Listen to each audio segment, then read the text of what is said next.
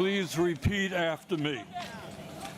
I, Zohran Mamdani, I, Zohran Mamdani, do solemnly swear that I will support the Constitution of the United States, that I will support the Constitution of the United States, the Constitution of the State of New York, the Constitution of the State of New York, and the Charter of the City of New York, and the Charter of the City of New York, and that I will faithfully discharge the duties and that I will faithfully discharge the duties of the office of the Mayor of the City of New York, of the office of the Mayor of the City of New York, according to the best of my ability. according to the best of my ability.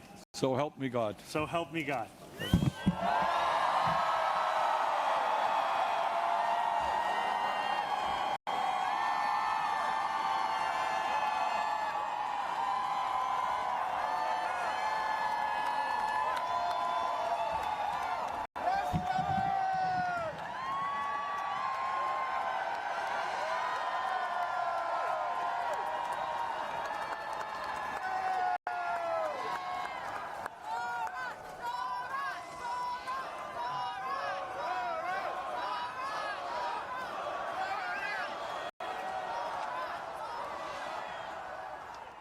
My fellow New Yorkers, today begins a new era. I stand before you, moved by the privilege of taking this sacred oath, humbled by the faith that you have placed in me, and honored to serve as either your 111th or 112th mayor of New York City. But I do not stand alone. I stand alongside you, the tens of thousands of you gathered here in Lower Manhattan, warmed against the January chill by the resurgent flame of hope. I stand alongside countless more New Yorkers watching from cramped kitchens in Flushing and barbershops in East New York, from cell phones propped against the dashboards of parked taxicabs at LaGuardia, from hospitals in Mott Haven and libraries in El Barrio that have too long known only neglect. I stand alongside construction workers in steel-toed boots and halal cart vendors whose knees ache from working all day. I stand alongside neighbors who carry a plate of food to the elderly couple down the hall, those in a rush who still lift strangers' strollers up subway stairs, and every person who makes the choice day after day, even when it feels impossible, to call our city home.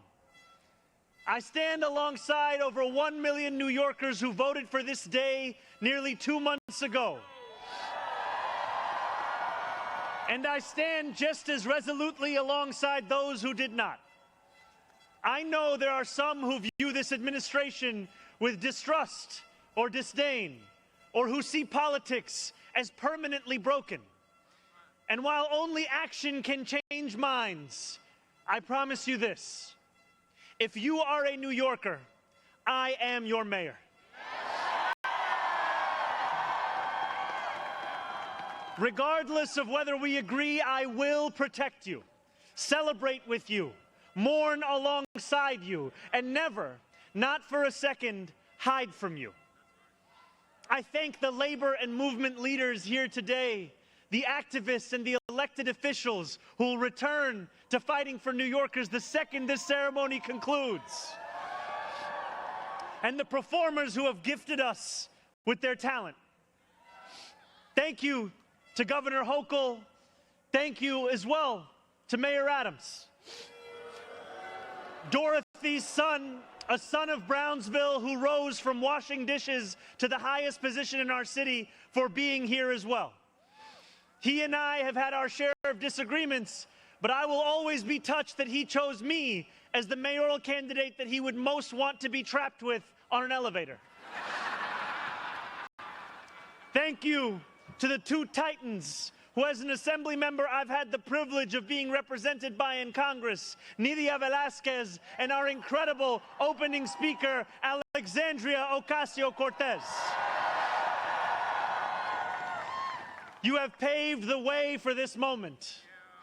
Thank you to the man whose leadership I seek most to emulate, who I am so grateful to be sworn in by today, Senator Bernie Sanders. Thank you to my teams, from the assembly to the campaign to the transition, and now the team I am so excited to lead from City Hall. Thank you to my parents, Mama and Baba, for raising me, for teaching me how to be in this world, and for having brought me to this city. Thank you to my family, from Kampala to Delhi. And thank you to my wife, Rama.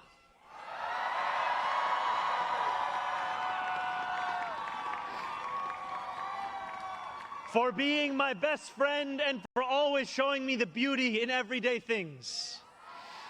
And most of all, thank you to the people of New York.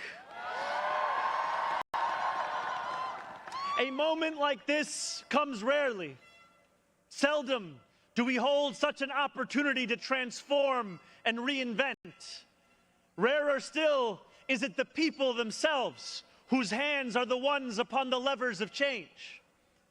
And yet we know that too often in our past, moments of great possibility have been promptly surrendered to small imagination and smaller ambition. What was promised was never pursued. What could have changed remained the same. For the New Yorkers most eager to see our city remade, the weight has only grown heavier. The weight has only grown longer. In writing this address, I have been told that this is the occasion to reset expectations, that I should use this opportunity to encourage the people of New York to ask for little and expect even less. I will do no such thing. The only expectation I seek to reset is that of small expectations. Beginning today, we will govern expansively and audaciously. We may not always succeed, but never will we be accused of lacking the courage to try. To those who insist that the era of big government is over, hear me when I say this. No longer will City Hall hesitate to use its power to improve New Yorkers' lives.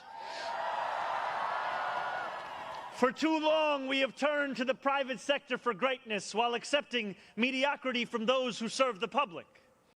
I cannot blame anyone who has come to question the role of government, whose faith in democracy has been eroded by decades of apathy.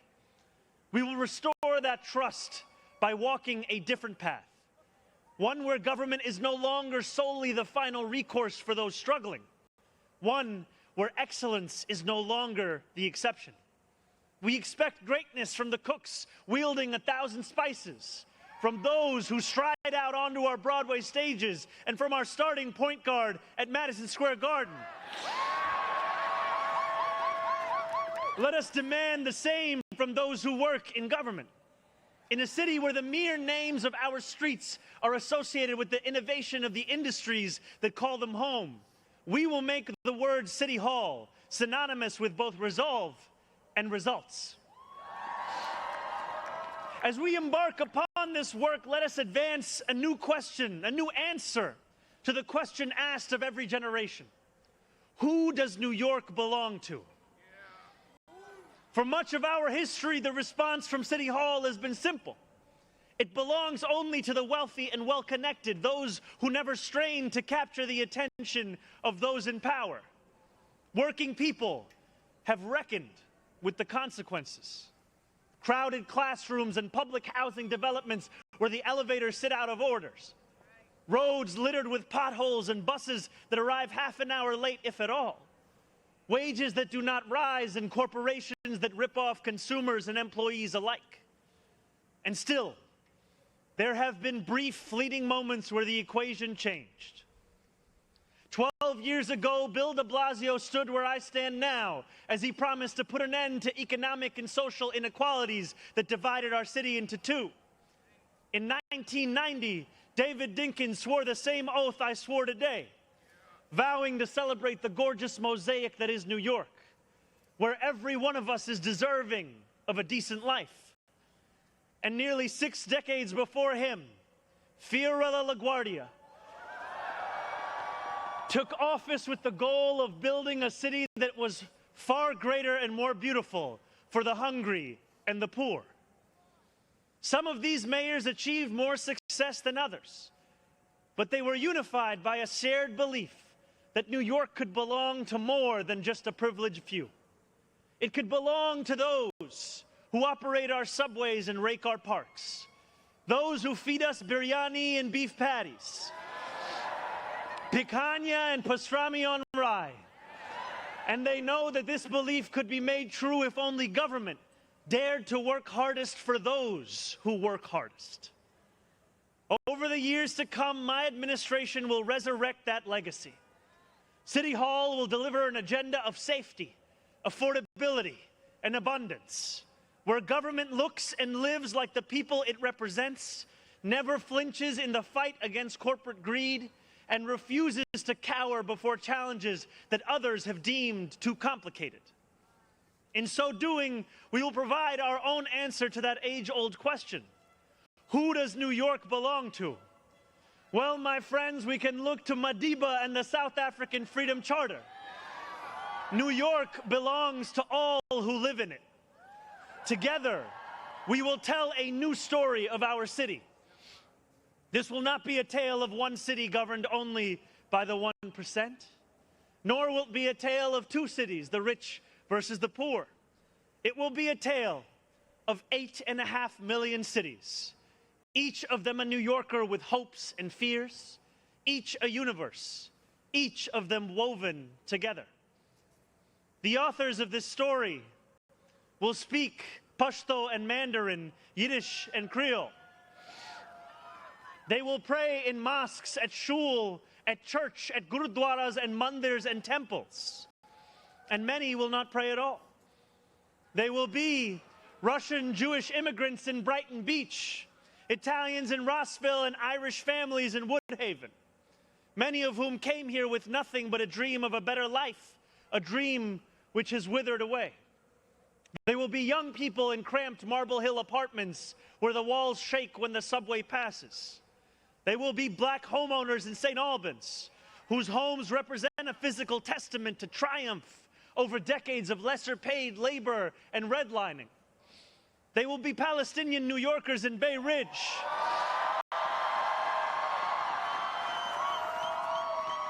who will no longer have to contend with a politics that speaks of universalism and then makes them the exception.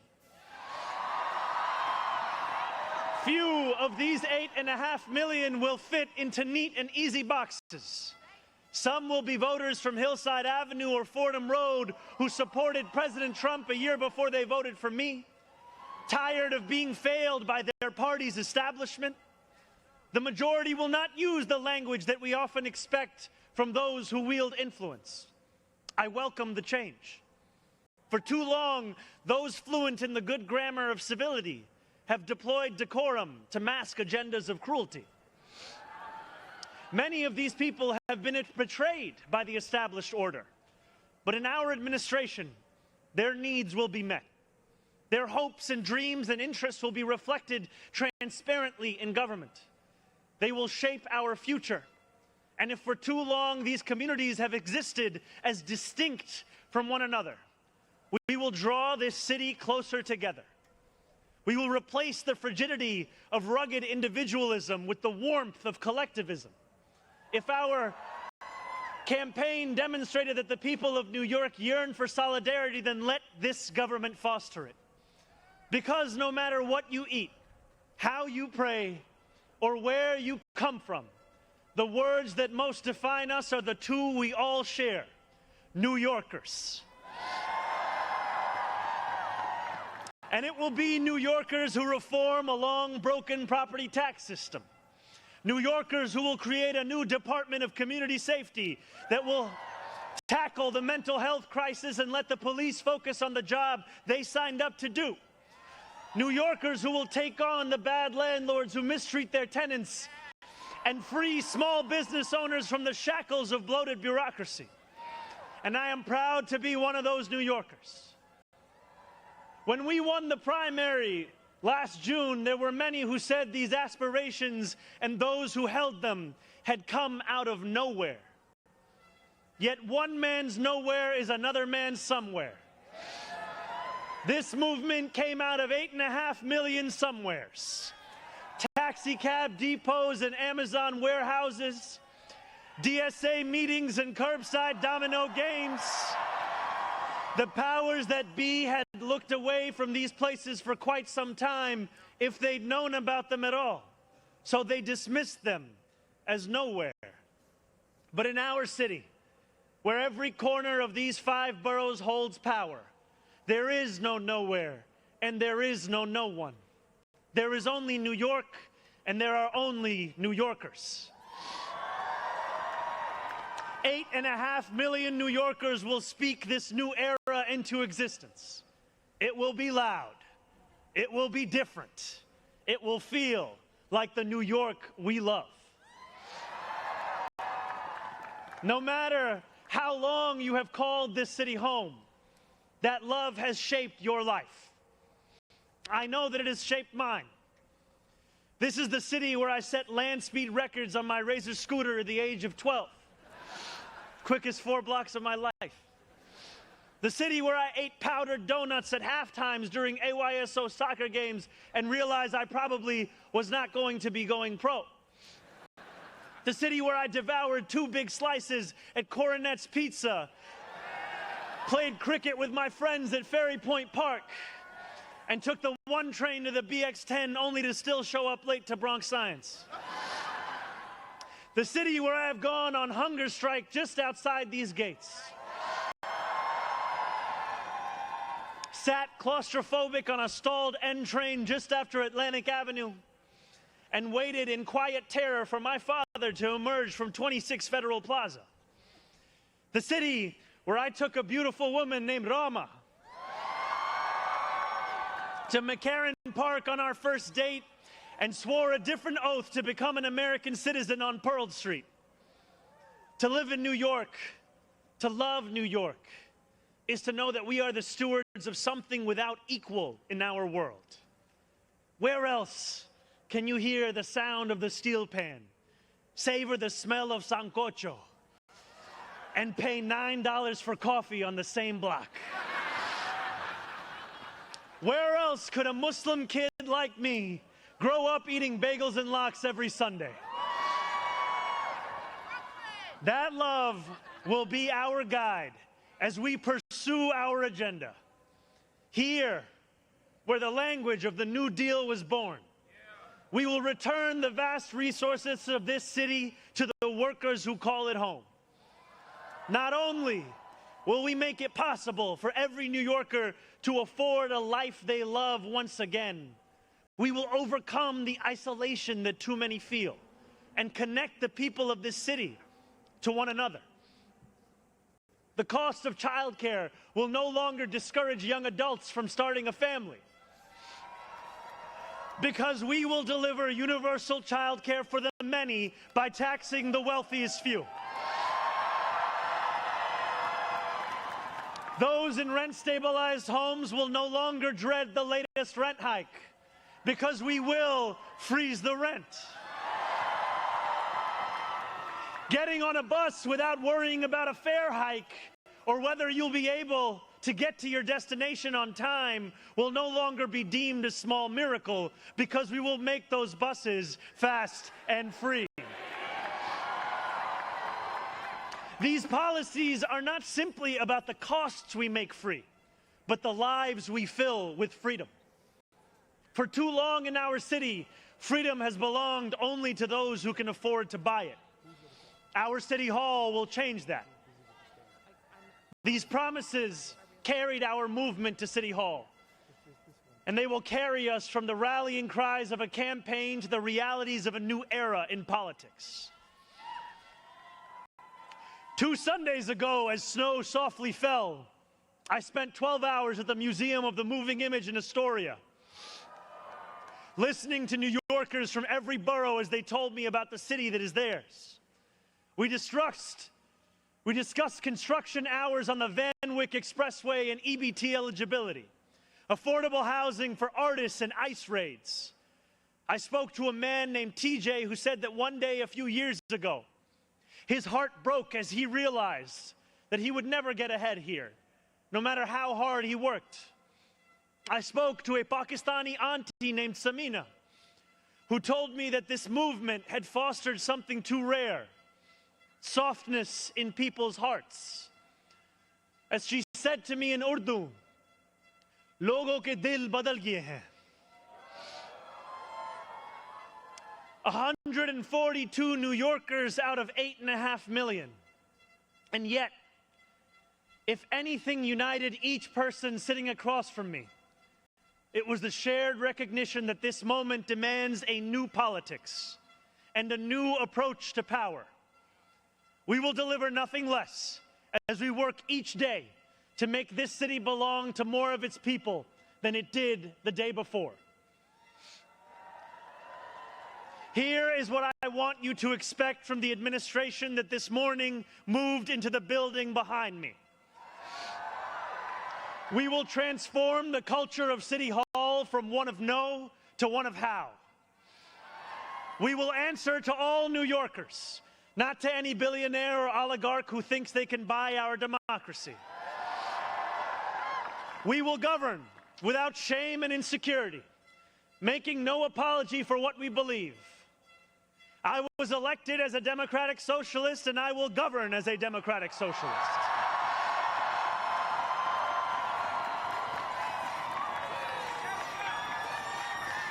I will not abandon my principles for fear of being deemed radical. As the great senator from Vermont once said, what's radical is a system which gives so much to so few and denies so many people the basic necessities of life. We will strive each day to ensure that no New Yorker is priced out of any one of those basic necessities.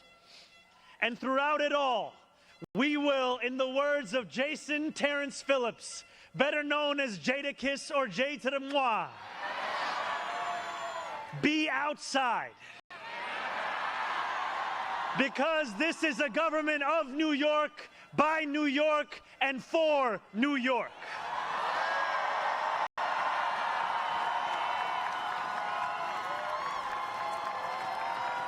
Before I end, I want to ask all of you, if you are able, whether you are here today or anywhere watching, to stand with me. I ask you to stand with us now and every day that follows. City Hall will not be able to deliver on our own. And while we will encourage New Yorkers to demand more from those with the great privilege of serving them, we will encourage you to demand more of yourselves as well. The movement we began over a year ago did not end with our election. It will not end this afternoon. It lives on with every battle we will fight together. Every blizzard and flood we withstand together. Every moment of fiscal challenge we overcome with ambition, not austerity, together. Every way we pursue change in working people's interests rather than at their expense, together. No longer will we treat victory as an invitation to turn off the news. From today onwards, we will understand victory very simply. Something with the power to transform lives, and something that demands effort from each of us every single day. What we achieve together will reach across the 5 boroughs, and it will resonate far beyond. There are many who will be watching. They want to know if the left can govern. They want to know if the struggles that afflict them can be solved. They want to know if it is right to hope again. So standing together with the wind of purpose at our backs, we will do something that New Yorkers do better than anyone else. We will set an example for the world. If what Sinatra said is true, let us prove that anyone can make it in New York and anywhere else too.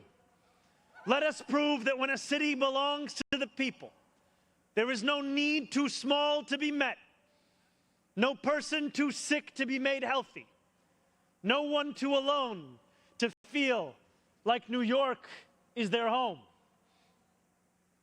The work continues. The work endures. The work, my friends, has only just begun. Thank you.